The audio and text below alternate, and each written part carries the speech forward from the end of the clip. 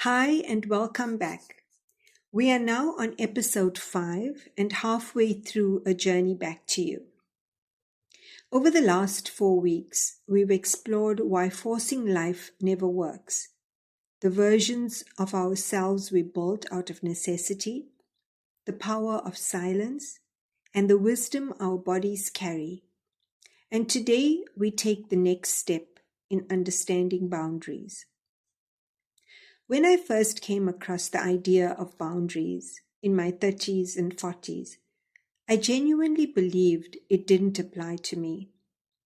I thought boundaries were something people struggled with when they couldn't leave unhealthy situations or when they allowed others to take advantage of them.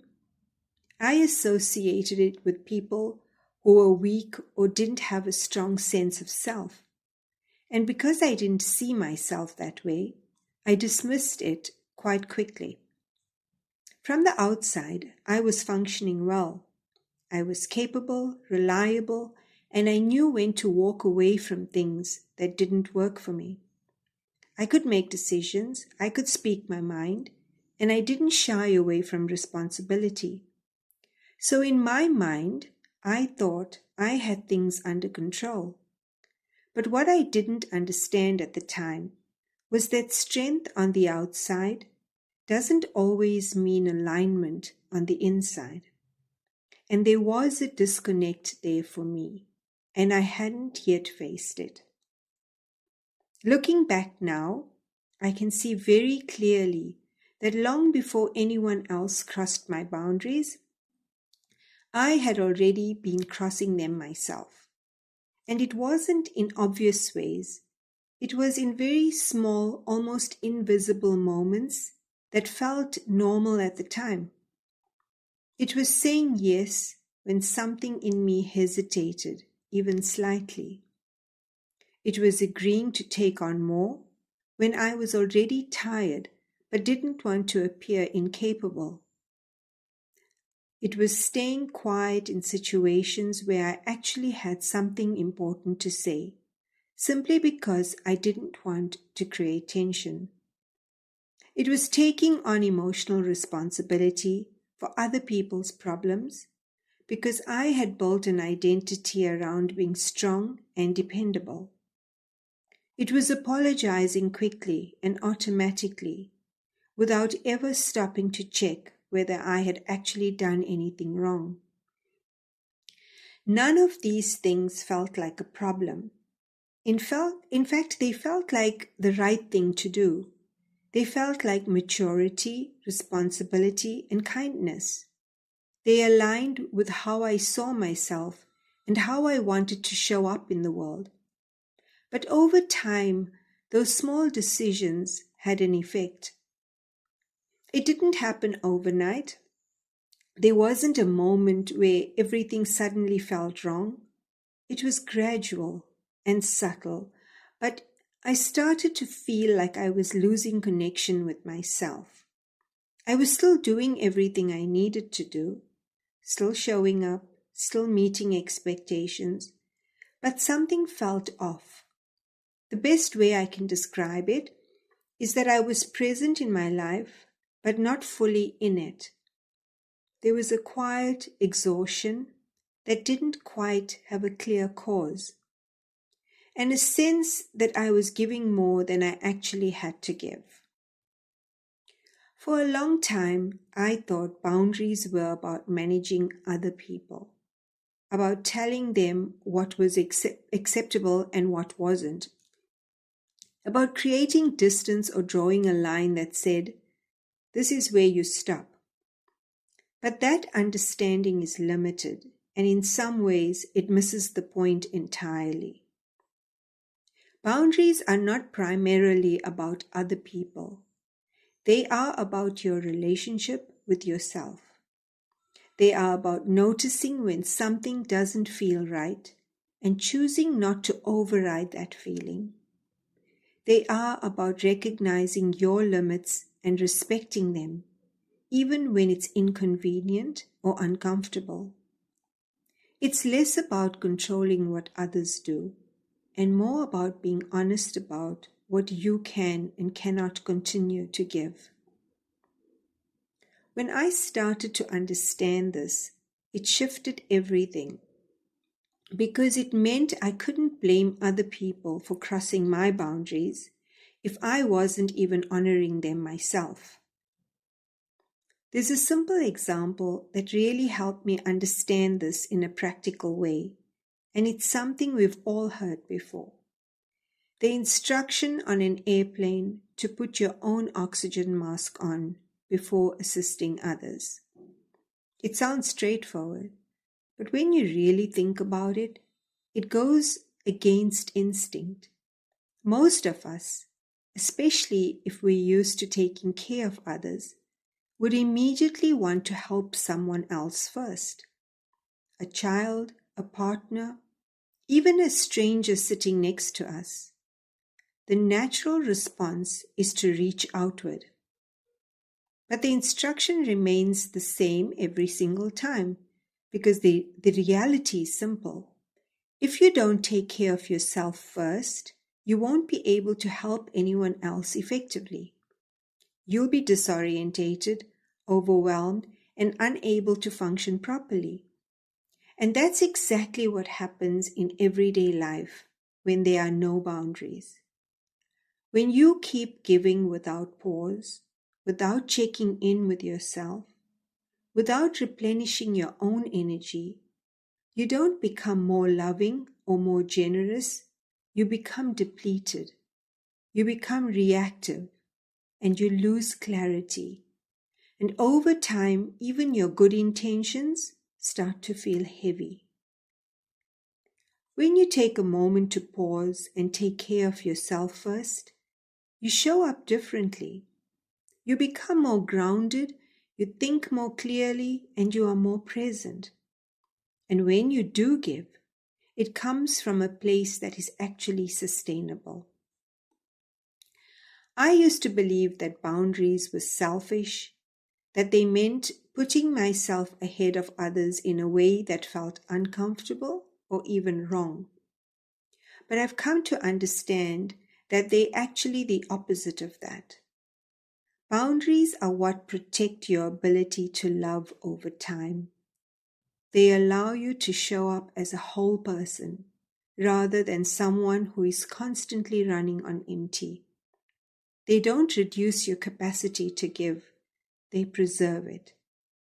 Because when you give from a place of depletion, it changes the quality of what you're offering. Even if you're doing all the right things on the surface, there's often an underlying tension or resentment that builds. You might not express it directly, but you feel it. And often other people feel it too, even if they can't quite explain why. That's usually the point where things start to feel confusing. You're doing what you believe is right, but it doesn't feel good anymore. And that's often a sign that something within you has been overloaded for way too long. There's also a deeper layer to this that I think is important to acknowledge. Many of us have been conditioned to believe that being available all the time is a sign of love. That the more we give, the more we sacrifice, the more we show up regardless of how we feel, the more we are proving we care. This is especially true for women, and even more so for those who are mothers, who are naturally taking on nurturing roles. There's an unspoken expectation to be the one who holds everything together, who steps up when things go wrong, who carries the emotional weight of situations without complaint. And while there is strength in that, there is also a cost when it's done without balance. I lived that way for a long time. I was the person people relied on, the one who fixed things, who managed things, and who kept things moving. And I did it well, but I was doing it from a place of exhaustion. Over time, that started to affect how I felt about the very things I cared about. there was a subtle shift where things that once felt meaningful started to feel like obligations. And that was a clear sign that something needed to change. This is one of my more recent boundaries that I set. I decided that I would not pack HPO orders when I was unwell or feeling under the weather, just depleted. That was it. For years I pushed through everything. It didn't matter how I felt physically or emotionally. I would just carry on. I had convinced myself that this was what commitment looked like, that this was what it meant to really care about my business and my HPO family. Being conscious of energy has always been a part of what I create. I've just become more aware of it over time. Not in a way I can fully explain, but in a way I can feel. What I make carries something of me with it. And if I'm exhausted or depleted, that doesn't just disappear. It goes along with what I'm putting out into this world. And so I made that small change. And what surprised me was that nothing fell apart. My clients understood. My clients are amazing and always understanding. But the business didn't collapse. People didn't disappear. If anything, I got a lot more love and understanding, and I felt so much better. I felt more present, more aligned with what I was doing. That one boundary also reminded me of something important, that I'm allowed to take care of myself and care about what I do. Because each time I honor something within myself, I'm rebuilding trust with me.